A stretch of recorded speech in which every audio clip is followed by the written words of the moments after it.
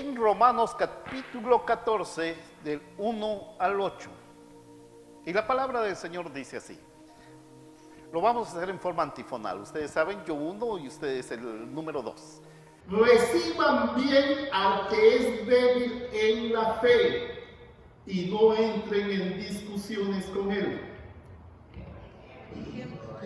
Quienes piensan que pueden comer de todo mientras los otros, que son débiles en la fe, comen solamente verduras. Pues bien, el que come de todo no debe de menospreciar al que no come ciertas cosas. Y el que no come ciertas cosas no debe criticar al que come de todo, pues Dios lo ha aceptado. ¿Quién eres tú para criticar al servidor de otro? Si queda bien o queda mal, es asunto de su propio amo, pero quedará bien, porque el Señor tiene poder para hacerlo quedar bien. Otro caso, hay quienes dan más importancia a un día que a otro, y hay quienes creen que todos los días son iguales. Cada uno debe estar convencido de lo que cree. El que guarda cierto día para orar al Señor lo guarda, y el que come de todo para orar al Señor lo come, y da gracias a Dios.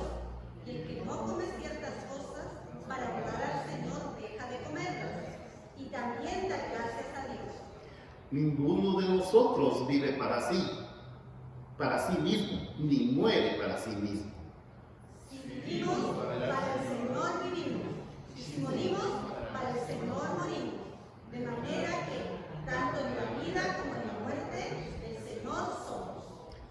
Dios de todo conocimiento, prepara nuestros corazones y mentes para recibir tu sabiduría.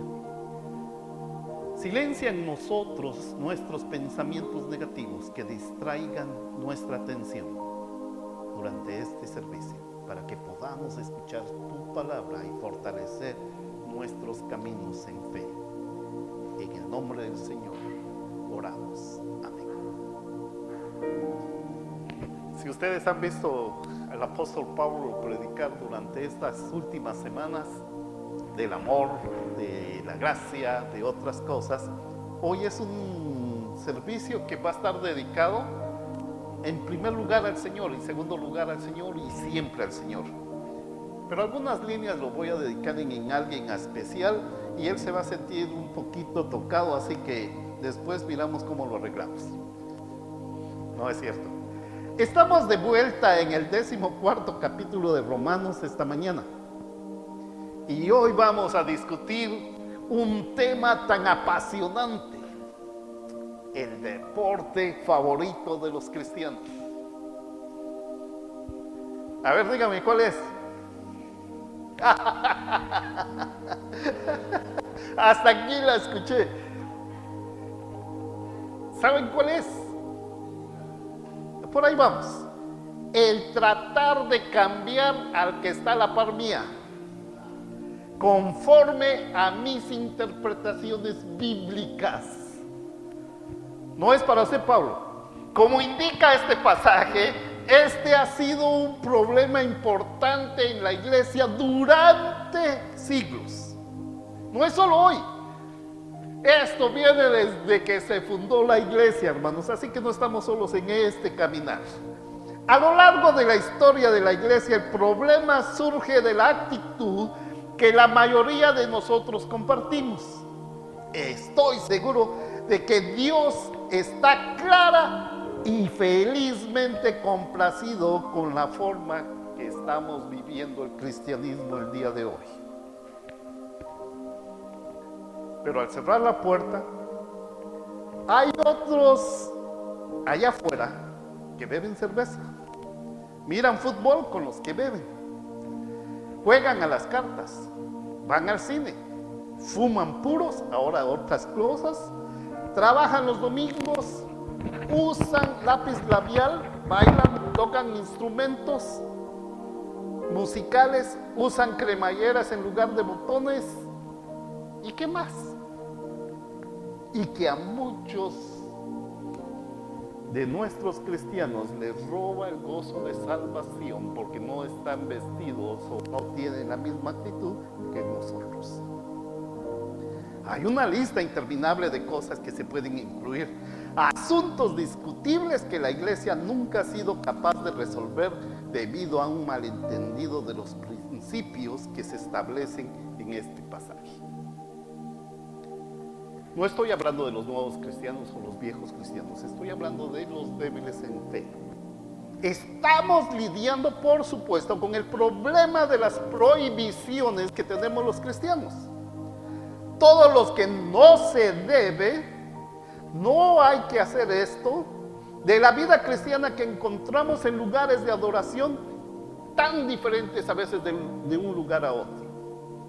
Pero de vez en cuando nos enfrentamos a la cuestión de cuánta comunión podemos tener con alguien que vive de una manera diferente o que piensa de una manera diferente a lo que nosotros creemos.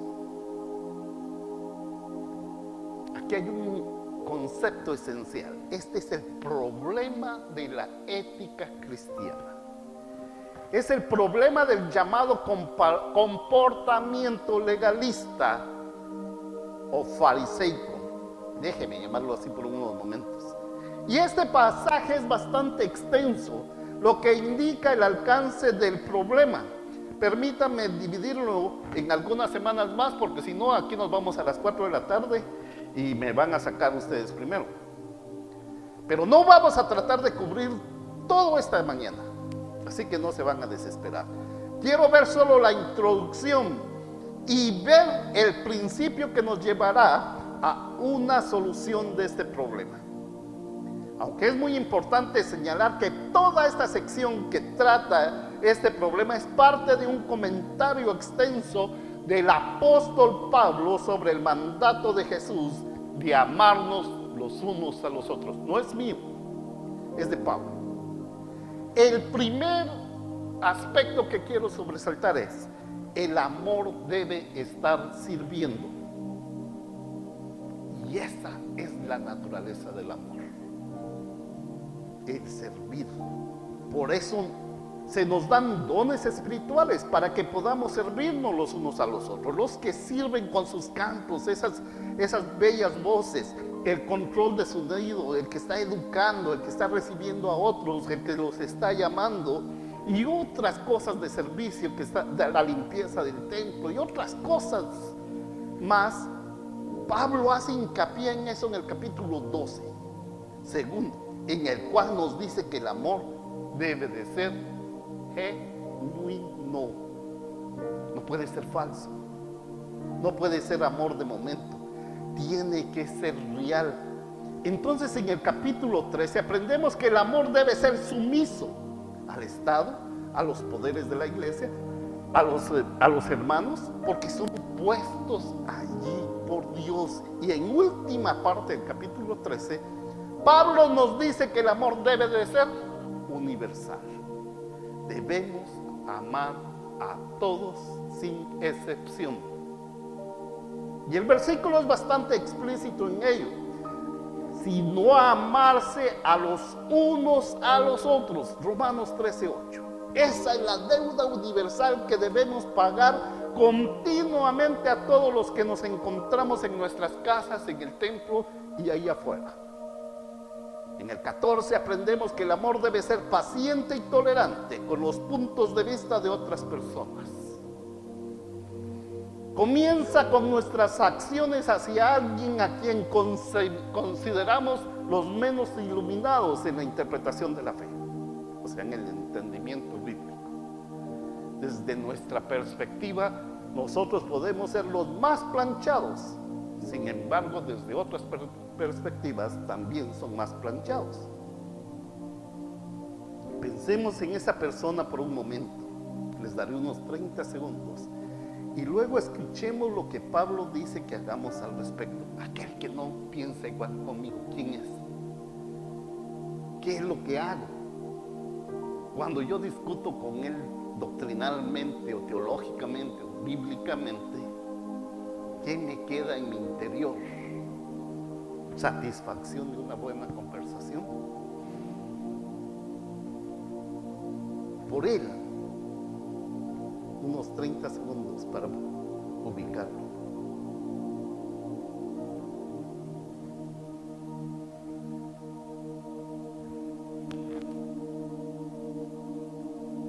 dice la Biblia, recibir a aquel cuya fe, que para nosotros es débil, sin juzgar asuntos discutibles. Eso es muy claro. En otras palabras, no rechacemos al que piense diferente. No lo ignoremos, no lo tratemos de una manera como de segunda clase. Aceptémoslo, pero no con el propósito de discutir con él. No lo aceptemos para discutir con él, sino sin juzgar asuntos discutibles. Quizás para discutir si la Coca-Cola es buena o mala, y dale con eso. Este es el tema de la bebida, que no tiene ninguna discusión en esta iglesia. Simplemente es un ejemplo.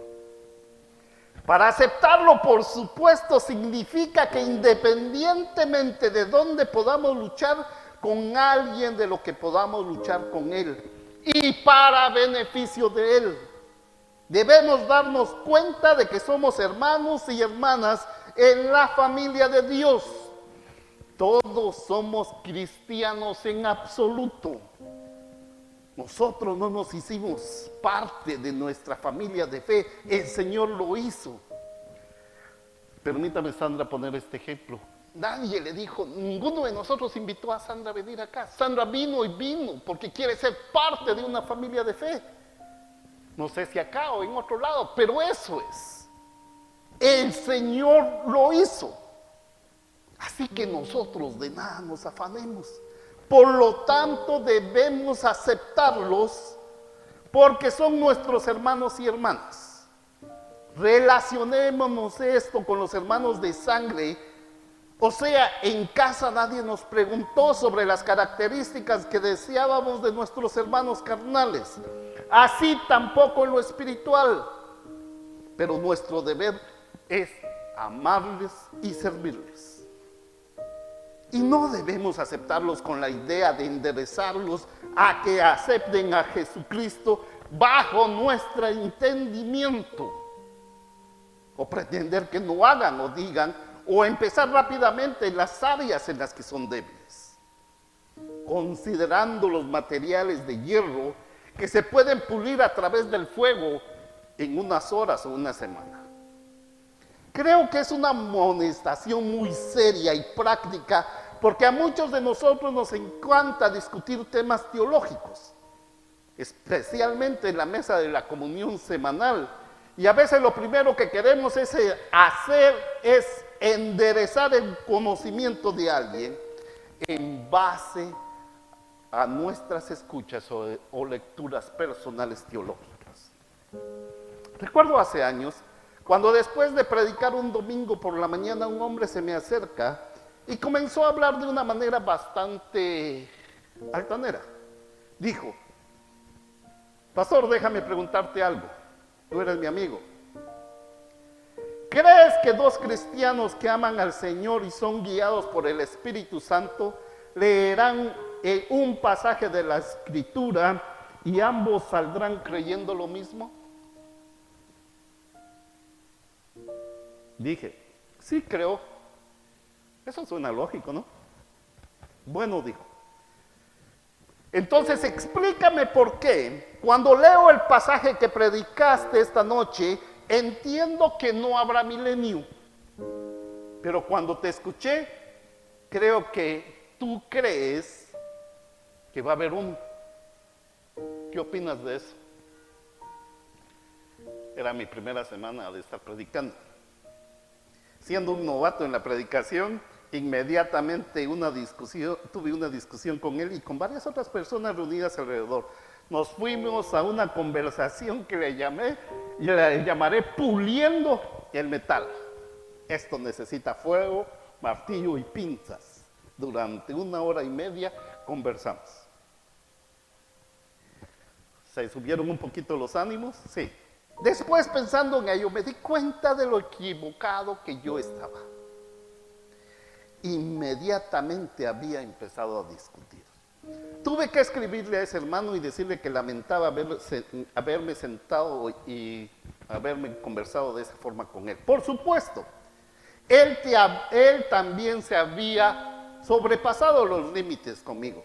pero ese era su problema, no el mío. Tuve que enderezar mi problema. Así que me disculpé con él y le dije, lamento no haber reconocido las partes en las que nosotros somos muy coherentes y platicamos amablemente. Le puse mucha atención a algo que nos hace diferente. Pablo quiere que entendamos que esto es lo que debemos hacer. En primer lugar, aceptar a las personas, verlas como el reflejo de Dios y hacerles saber que las vemos como un hermano, una hermana, cuando observamos lo que nos distingue. Debemos establecer nuestros límites en una relación mediante algún gesto o palabra de aceptación para que no sientan o no sintamos que los estamos atacando inmediatamente. El griego, que es el lenguaje original del Nuevo Testamento, dice que no las aceptes para discutir sobre tus diferencias, o como dice la Nueva Biblia Inglesa, sin intentar resolver tus puntos dudosos. Primero, que haya un reconocimiento básico de que se pertenecen los unos a los otros. Especialmente los nuevos miembros, hay que saber los temas a tratar. Esto me recuerda a una hermana que estudia teología y vino unos meses acá, hace unos meses, o un año tal vez. Ella vino y se me acercó y se acercó a un grupo de nosotros y nos dice, si ustedes quieren que yo sea miembro de su iglesia, tienen que cambiar la forma de la alabanza, la forma doctrinal y la forma de predicación. Bueno, en primer lugar, hay que saber si nosotros nos identificamos o ella se identifica con nosotros lo que creemos. Y luego empezar un diálogo si realmente acepta o no las cosas que pensamos. A veces nuestras reuniones de café se vuelven un café teológico y se vuelven así, pero es solo con personas conocidas y que tienen 30 años de carrera cristiana o más. Así que ya somos más que hierro recocido o hierro aguantador, pero debemos de abstenernos cuando exista un nuevo entre nosotros y hacer este tipo de café en otro tiempo. Por ahora no es necesario, todos somos parte de las grandes ligas del Señor. Y que estas discusiones nos ayudan para abrir los ojos sobre ciertas novedades que existen a nuestro alrededor. Pablo continúa definiendo con mayor precisión. ¿Oyeron eso los vegetarianos? Aquí hay un buen vegetariano. Algunos no se ocupan de la nutrición y nos cae toda la semana porque estamos un poquito perdiendo la línea. Por supuesto, en esta relación nadie está errada. Nadie está correcto. Esto surge del fondo de la iglesia primitiva en la que había una verdadera pregunta moral acerca de comer carne. No solo existían las restricciones judías contra ciertas formas de la carne, los judíos no comían carne de cerdo e incluso la carne de res y el cordero tenían que ser, ¿cómo le llamaban, hermano? ¿Kosher? Bueno, fíjense, y para variar tenían que ser asesinados de cierta manera.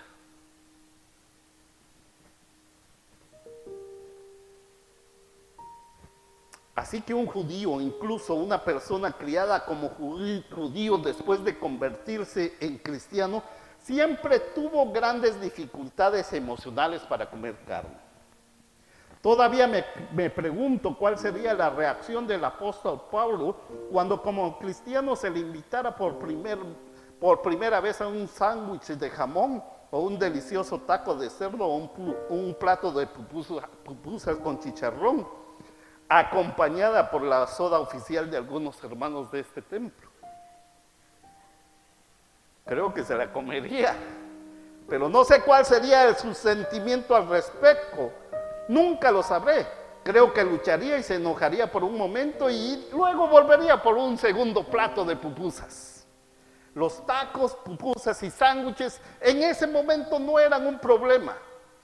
Pero lo que sí estaba era el problema en Roma. En otras ciudades paganas griegas sobre la cuestión de comer carne que se había ofrecido a los ídolos.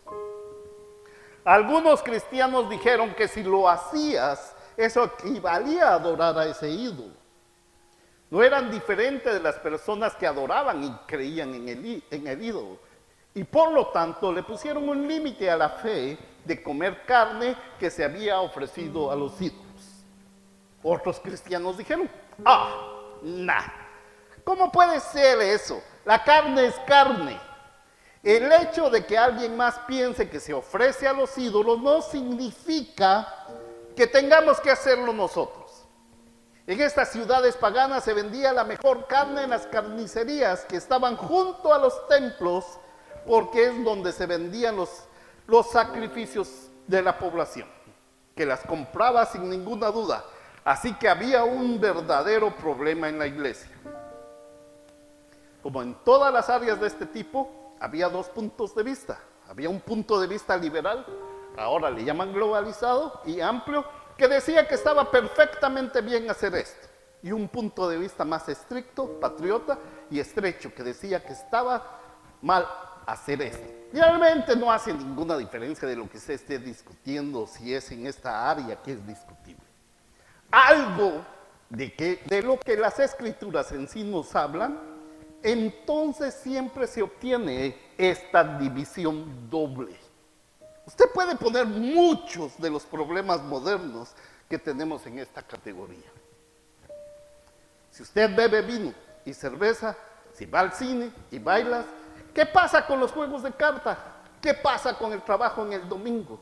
Algunas de estas cosas que ya se han mencionado anteriormente son de esa categoría. Seamos muy claros. Hay áreas de las que la Escritura habla que no son discutibles en absoluto.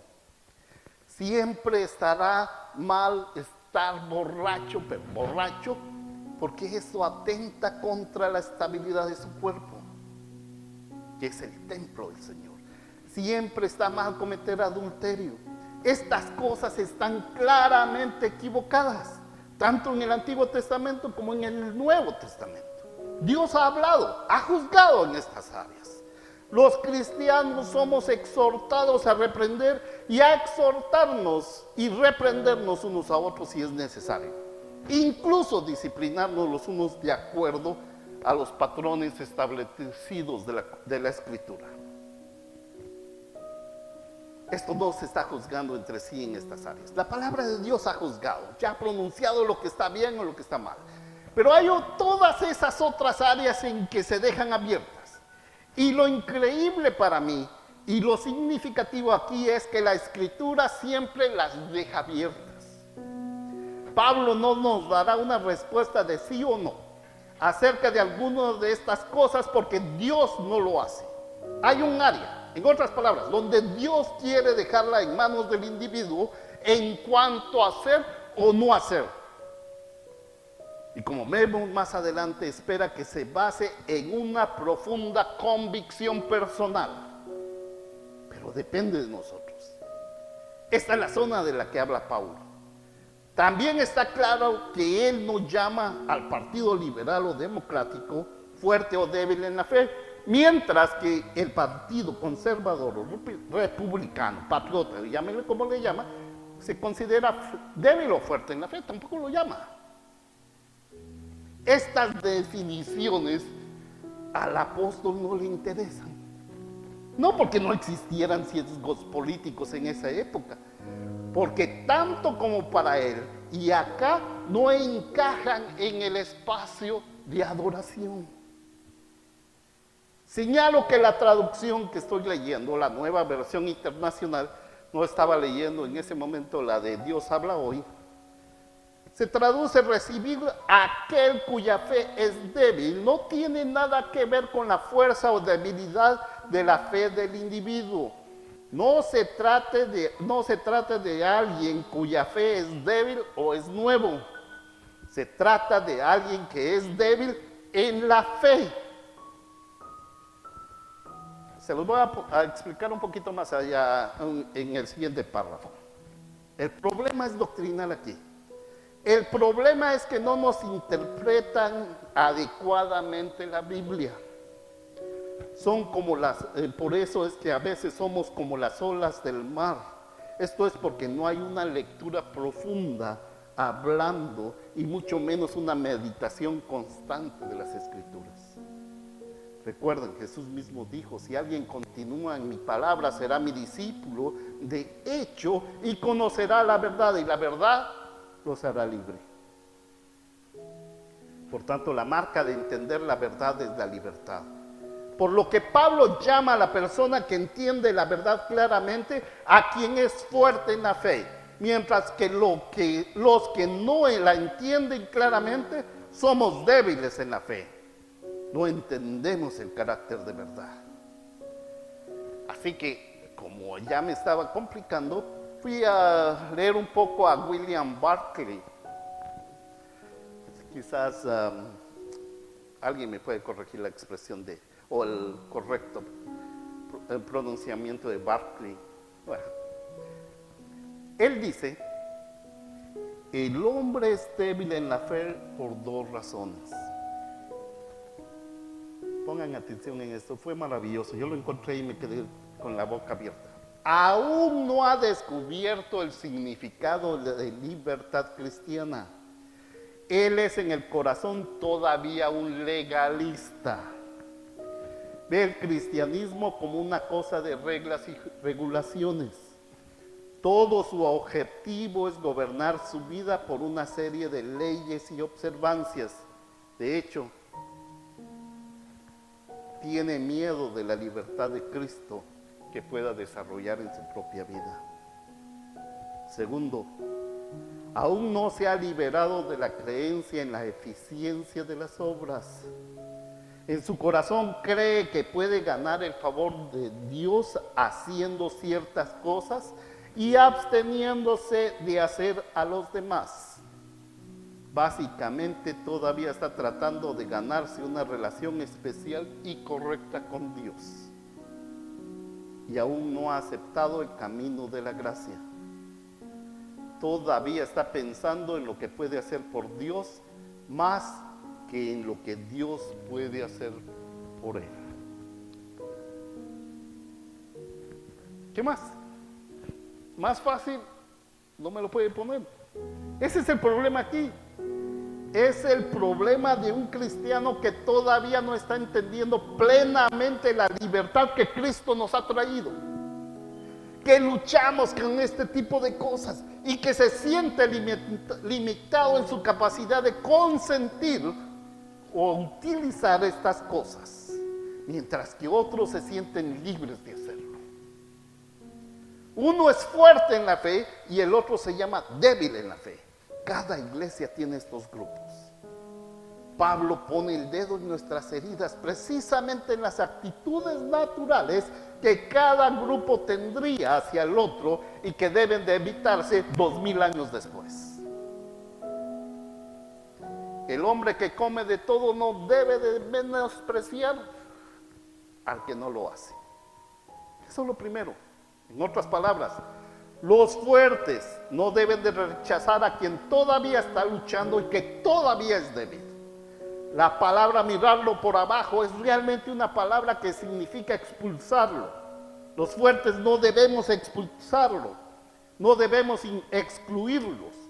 Eso implica varias cosas. En primer lugar, significa que no debemos de pensar en él de una manera despectiva. No debe de defraudarse la gracia en estas personas. Creo que esta es una tendencia de algunos de nosotros, que tenemos el derecho de sentirnos libres de hacer cualquier cosa en una de estas áreas. Tendemos a considerar a los que aún no son libres como débiles, que en cierto sentido lo son, pero no debemos considerarlos tan deliberadamente como si fuera propia culpa. Por lo tanto, nos ofendemos cuando no se comportan tan libremente como creeríamos que deberían de ser. Esto está mal. Pablo dice, los fuertes no deben de rechazar a los débiles. No debemos de pensar mal de ellos o de nosotros. Ellos tienen su propia relación personal con Dios y por ello debemos respetarlos. No debemos decir cosas equivocadas sobre ellos. No debemos ridiculizarlos. Al contrario, hemos de considerar que en algunas áreas nosotros también podríamos ser débiles. Alguien ha definido a un legalista como alguien que vive con miedo, aterrorizado de que alguien en algún lugar se esté divirtiendo de la manera que Cristo le dio. Pero no debemos pensar de esta manera en los legalistas, porque esa no es la motivación de este mensaje. Hay otra razón, y por lo tanto debemos limitarnos a eso y no pensar en ellos como motivados simplemente porque quieren estropearlo para todos los demás. Porque también ellos merecen nuestro respeto, momento. A veces todos actuamos legalistamente, pero lo hacemos porque amamos las cosas de Dios por algún momento. Y cuando yo sea un legalista también, por favor, no me excluyan, a mí tampoco. No debemos excluir a las personas diferentes y sacarlos de nuestro contacto entre nosotros. No debemos formar pequeñas camarillas dentro de la iglesia que excluyan a las personas a la comunión social con personas que tienen diferente punto de vista. No debemos pensar en nuestro grupo como un puesto en libertad, mientras que el grupo de aquí está muy estrecho y no tenemos nada que ver con los demás. Eso está mal. Y Pablo claramente lo dice.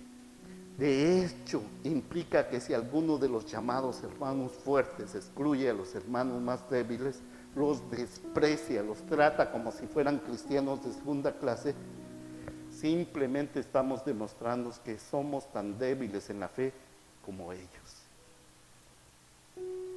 La fortaleza en la fe, hermanos y hermanas, significa más que entender la verdad. Significa vivir de una manera amorosa con los demás. Los verdaderamente fuertes en la fe, nunca dejaremos a los que todavía estamos luchando de tener una idea acerca de Dios. Vamos a orar. Vamos a tener un tiempo de oración. Quisiera que ustedes se unan conmigo en una oración especial por aquellos que mueren en las calles, alejados de familias, alejados de una relación con las iglesias, alejados de toda una sociedad. Aquellos que mueren en las calles pidiéndole a Dios encontrar a alguien que los levante de donde están, que les abra un espacio donde dormir o donde comer. Vamos a orar. Dios de infinita misericordia, confiamos en tu inmensa bondad, especialmente a cuantos has dejado en este mundo para la eternidad, donde tú esperas a toda la humanidad, redimida por la sangre preciosa de Jesucristo, muerto en rescate por nuestros pecados. No mires, Señor, tantas pobrezas, miserias y debilidades humanas con las que nos presentaremos ante el tribunal para ser juzgados, para la felicidad o la condena. Míranos con la mirada piadosa que nace de la ternura de tu corazón y ayúdanos a caminar en el camino de una completa purificación. Te pedimos, Señor, que ninguno de tus hijos se pierda en el fuego eterno, donde ya no puede haber arrepentimiento. Te confiamos, Señor, las almas de nuestros seres queridos y de las personas que han de morir sin el consuelo o no han tenido la manera de arrepentirse ni siquiera al final de su vida. Que nadie tenga el temor de encontrarte después de la peregrinación en la tierra, en la esperanza de ser acogidos en los brazos de la infinita misericordia. O quizás cuando ya esté transcurriendo en los brazos de la hermana muerte, nos encuentre vigilantes en oración y llenos de todo bien recogido en nuestra breve o larga existencia. Señor, que nada nos aleje de ti en esta tierra. sino que en todo nos sostengas en el ardiente deseo de reposar serena y eternamente. Amén. Ahora, mis hermanos, que la gracia del Señor Jesucristo, el amor del Padre, la bendición del Espíritu y la guía de nuestro Señor Jesucristo esté con cada uno de ustedes hoy y siempre. Amén.